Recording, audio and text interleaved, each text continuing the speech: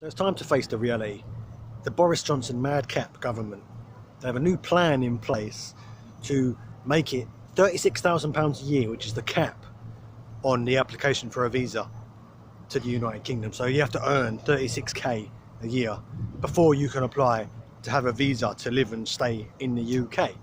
Let's face the reality, 75% of the entire UK workforce, including myself, do not earn £36,000 a year. I was born in this country. I've lived and worked in this country 26 years.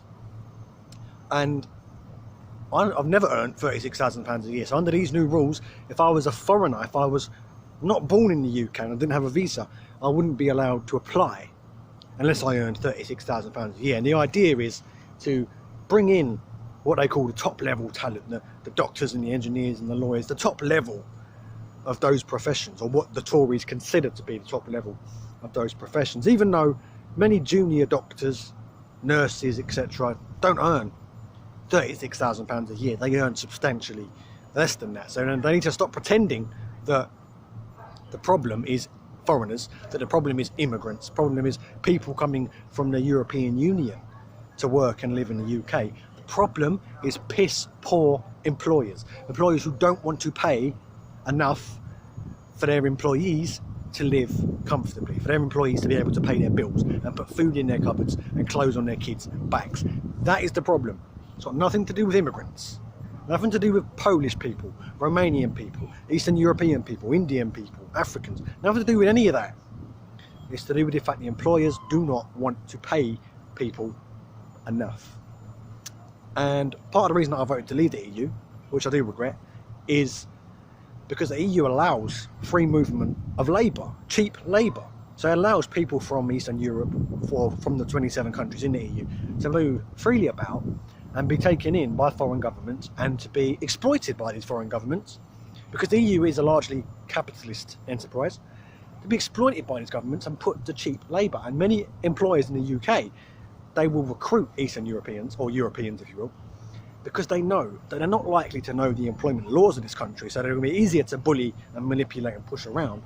They're not likely to be very fluent in English in some cases, so they can easily order them about and bully them and browbeat them into doing what they want.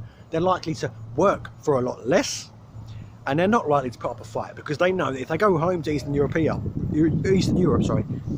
in cases like Romania, it's got to be a lot worse out there. So they know that it's either Romania and starve, or UK and earn peanuts, so they come to the UK. So the problem isn't that Eastern Europeans and foreigners come over and earn money.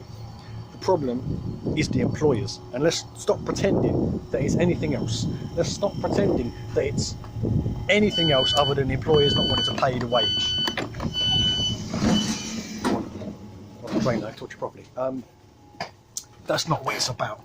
It's about cheap labour being manipulated and abused by the employer class, by the upper class. I don't earn £36,000 a year.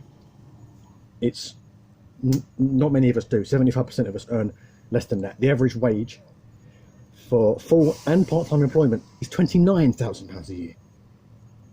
So logically, you have to be prepared to kick out 3/4 of the country. So that's what this new government is doing. They're pandering to the hard right, who blame foreigners and immigrants for all their problems without looking at the ruling class. Thanks for watching. We need to stop pretending that the problem is foreigners and immigrants, and I'll see you in the next video.